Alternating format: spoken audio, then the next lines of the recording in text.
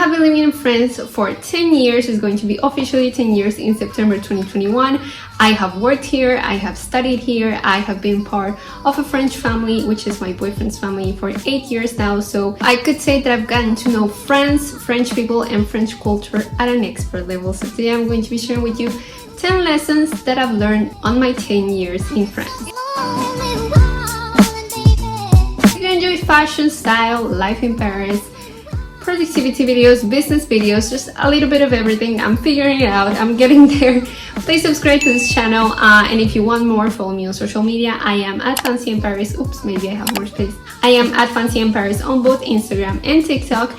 And yeah, that's it. Let's get into the video. Now, I decided to write up this list because a lot of us have a preconceived idea of what France, French culture, and French people are all about, whether that is by the stereotypes portrayed by unrealistic TV shows like this one, or just our collective consciousness. So I thought it would be fun to share with you the 10 lessons that I learned. Let me know in the comments down below if some of these surprise you, if you already knew that, if you find some of them funny or whatever. Just let me know in the comments down below what you think. And that's it, let's get right into it. And right into the thick of it with lesson number 1. French people say it like it is. This does not mean they're rude or mean. No, it just means that they have no BS machine. They are very confident in their ideas and they are not afraid to let you know exactly what they think. In Latina, we're very passionate, we're very loving, we're very in our feelings.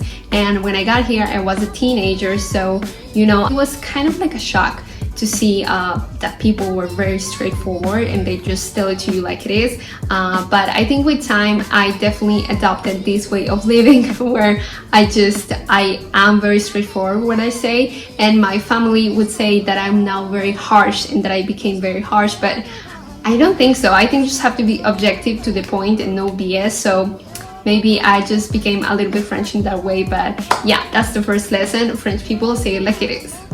Lesson number 2, they are surprisingly old-fashioned and the administration bureaucracy situation is a nightmare. This was one of the first things that I had to do when I got here, and it was to write a letter. And I was like, what? I don't think I'd ever written a letter if it wasn't for like my best friends in high school.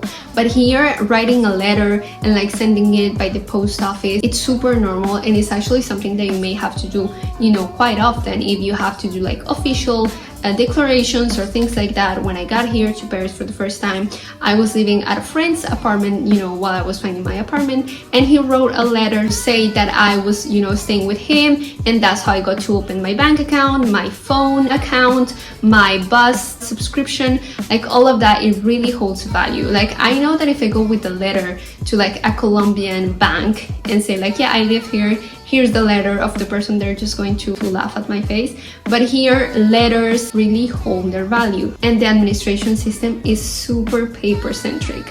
Like, there are papers that you have to keep for the rest of your life, like literally. I have so many papers. I've only been living here for 10 years and I literally have drawers of papers that I cannot get rid of, because you just can't. You have to have the original copies. And I remember when I asked for nationality, my portfolio to ask for nationality, I kid you not, it was like this. They ask for so many papers, and if you are an international student or an international person coming here, you're going to find out soon enough. It is a very paper-centric society, and it was surprising for me because I thought it was going to be more modern than Colombia in that way, but yeah, that's not the case here. So surprisingly old-fashioned. The third lesson is one that I hold very close to my heart with a little bit of resentment, and that I still am learning every day, and it is that French people will not eat anything that is a day old expired. However, they will eat cheese with literal green mold on it. Make it make sense. Now, I don't know what this is about. I don't know why or what happened in history for French people to be this way, and it is a French thing. I have seen this not only on my boyfriend's family, not only on my boyfriend, but it's like a general thing. People are very, very afraid of eating things that are, past the expiration date. And like, I get it, if it's like fish or like, more touchy fresh produce like that, of course you have to be careful, but it's literally perfectly fine things that you like smell them and you taste them and it's okay. If it's expired, my boyfriend will not touch it. So in the same table that we do not touch anything that is 1 day old expired, he's going to serve cheese that has literal mold in it. And I'm like, this is confusing. Like, what? Like, that is something that I don't understand. And it's the same with yogurts, bread, anything. And I feel like in my household, it's like we're always in a race to finish whatever is in the fridge because it's going to go bad. And it's like, we have to eat that. There's some meat that needs eating. There's some cheese that needs eating. There's some yogurt that needs eating. We're just like always in a constant rush to finish everything before it's expired. It's crazy, and I hold a little resentment towards that because I don't like to live my life that way, and I'm okay eating a yogurt that is probably like a week expired if it smells fine and it tastes fine. I have absolutely no problem eating it. So that's a huge lesson that I had to learn and that I'm sharing with you. Lesson number 4 is probably the funniest, and the thing is, I started doing it as a joke, as a way to poke fun at it, and now I do it unironically. So it is the lesson that French people make a lot of weird noises when they're speaking, and that they have very specific mannerisms. And that was one of the first things that I noticed, is that people really have a lot of expressions and they make noises, and with the years I know exactly what a noise means, and now I do them as well. So for example, you know, in English when you're lying your voice goes very high, so it's like, oh my god, I love it so much, thank you. Well, here they just drop their voice way low. So for example, if you want to ask someone, you know, how are you doing, you're just gonna be like, it's okay. So it's like, ça va? It's the funniest thing in the world, and I began to do that as a joke, and now I do it unironically. Second one is they do a lot of like noises with their mouth. If they're super tired, they're or if they're mad, it's going to go like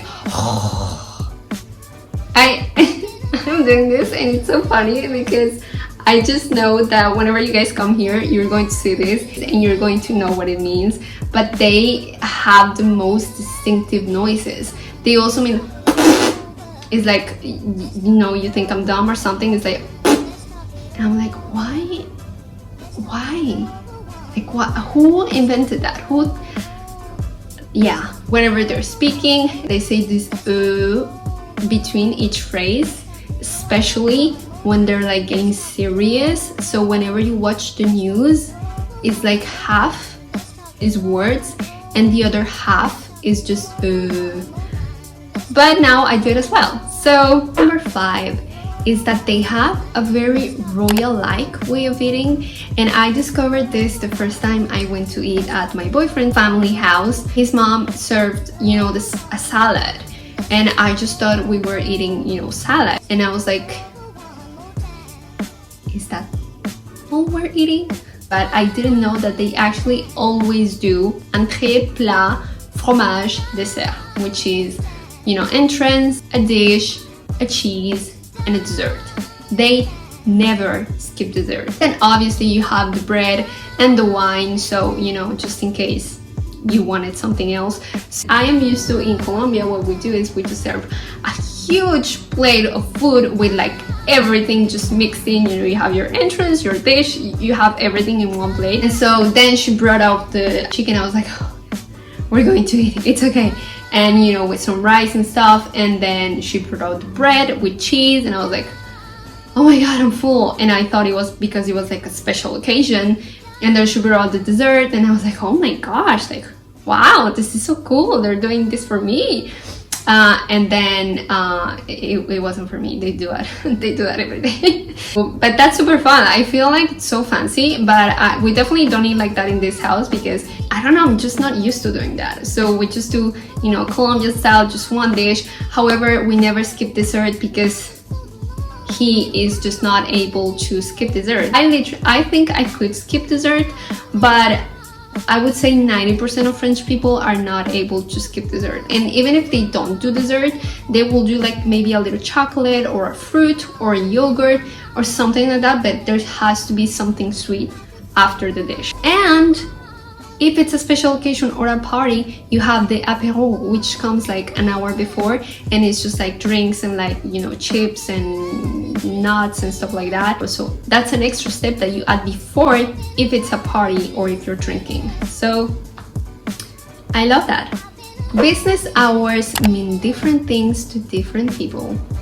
Before I make any move outside of my house, I check on Google to see if the place is open, and if I'm not, you know, 100% sure, if it doesn't look great, I just call to make sure. Now granted, right now the situation is differently, but just to be fair, it's been 10 years and it's always been the same. So opening hours are very different depending on the business, even like the zone that you're in, even like the city that you're in, the month of the year. For example, August in Paris, nothing exists, everything is closed because people are on vacation, bakeries are closed, most boutiques are closed. I have this business, you know, they have like the parcel delivery service that I use, and they open at 10, they close at 12, they reopen at 3, and they close at 6. There are things that are only open like once or twice a week, and there are things that are only open like Friday in the morning or Tuesday in the afternoon. Just double check because opening hours are very, very flexible. The next lesson is that workers are very well protected by law. This is something that was so refreshing to see, and I would say it's almost the flip coin of what we see in America, and is that, you know, workers are so protected to the point that they can actually take advantage of that. So in America, it would be like, you know, your employer can tell you, if you don't want this job, I have other 10 people that want it at the door. But here it could be like the employee is like, you know what, you can't fire me, so if you don't go my way, I can make life a living hell for you. So it's great that is this way for once, you know, that is the employees that get protected more so than the company. But obviously there are people that take advantage of this and, you know, just completely take it to another level and make life miserable for different companies. It's very difficult to fire somebody, and in some cases people want to get fired because if you get fired, you actually get some help from the government and you get to keep around like 40 to 50% of your salary while you continue to look for a job. But yeah, I thought that was very interesting to see like the whole opposite side of what I grew up seeing, which, you know, you have to be such a good employee because, you know, they can fire you whenever they want without really giving you a reason. But here is not the case. But anyways, that is just another lesson. If you didn't know that, now you know. Natural beauty is the standard. I was so happy to see that beauty standard here was just being very natural, and it actually made me gain a lot of confidence in myself because, you know, where I come from, Latinas, you know, we love curves, and so you have to have the curves, you have to have your super long hair, sleek, beautiful every day, the heels, the makeup on point, the eyeshadow, the eyeliner, you know, just the earrings, like just everything has to be on point. And it's like, it's not, I wouldn't say that it's like a very natural look. Now I'm not gonna say that we're like fake or anything, but it's definitely different. Here is a lot more natural. Like, it is very, very rare to see a girl wearing eyeshadow in an everyday basis. Like, it's very rare. They're always like bird face, maybe some mascara, maybe some eyeliner, a red lip, and that's it. It is also super rare. I have never been able to, you know, identify someone that has had work done, which is actually super easy to do in Colombia. And even the way of dressing is super just classic, you know, very Parisian chic. It was super refreshing, and I really love that natural standard of beauty. And now for a not so fun lesson that I really am trying to share my experience here, and I do not mean any disrespect to anyone, especially not French people, but a lot of places stink. A lot of places smell bad. It is pretty common to step into a room and, you know, maybe it doesn't smell that great. So one of those places is definitely the metro. The metro does not smell good, and I think that's one of like the most known things everywhere, and is that the metro really does not smell good. I think maybe with time we get used to it, but when my sister came to visit, she literally had a scarf on the whole time we were in the metro because she was not able to just, you know, breathe normally, which I thought was a little dramatic because it's not that bad, but I guess if you're not used to it, whatever. But yeah, unfortunately that is the case. So that was one of the lessons that is not, you know, like the greatest one, but you know, everything has its downsides, and I would take that stinky metro every day if it means that I get to live in Paris. Also, not all lines stink. That is very important to know as well. Not all stations stink, and not all metro lines stink, you know. So once you get to know like the whole system, you get to know where it stinks and where it doesn't. And I can also take the bus. The bus doesn't stink, so if you're coming here, that's a tip for you. Now for the last lesson, I saved my most important lesson for last because I think this is the one that has had the most impact in my life as a person, and that I think it's going to impact me as long as I live here, and that it definitely has been the hardest one for me because of who I am. It's just that French people like to complain a lot, like a lot. They might even complain to you about how much French people like to complain. Like, it's crazy. In everyday life, it's kind of difficult. For someone like me, I am very positive. I was raised in a very positive-minded household, positive energy and all of that, and that's definitely not the vibe here. I believe it's more like a cultural thing more than anything, but I would say that they prefer to see the bad in the good than the good in the bad, and I am absolutely the opposite. So I try to repel it as much as possible. For example, in the morning, my boyfriend, he just turns on the news and I just can't. I have to put my headphones with my positive affirmations while, you know, I clean the house and we like get ready for the day, because I just learned that that was not the way that I wanted to begin my day, you know, like it's so negative. Even in the language, they use the negative form of French to say positive things. For example, if they want to say it's good, they're not going to say it's good, they're going to say c'est pas mal, which means it's not bad. If they want to say, you know, that's, for example, a girl is beautiful, they're not going to say wow, that girl is beautiful, they're going to say she's not ugly. And it's funny sometimes, but it's also like so deep into their culture. You know, they're very critical thinkers, and I think that's great in a way, because that's why they have, in my opinion, like a great system that allows them to be, you know, such an evolved society, because they're going to fight to get more each time because they're never satisfied. So I think that's great. I think that's a great trait as a society, because they're always going to want better, because, you know, they just see the bad and the good. I think it's something that you will see, and French people know it. Like, they don't hide it. They know absolutely that they complain a lot. Then they know that, and some of them, you know, they are really bothered by it and they complain about the people who complain.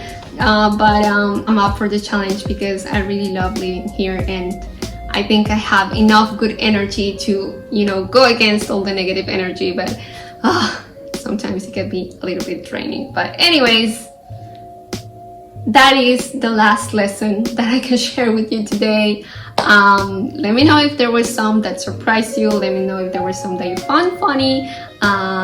Yeah, but that is it for me. Thank you so much for watching. I appreciate you. If you have any questions, or if you have any ideas for new videos that you would like to see, please leave them in the comments down below. If you did like the video, please give it a like and subscribe so I know, and I will see you in the next one. Bye. Pour le jour et un mari pour la nuit.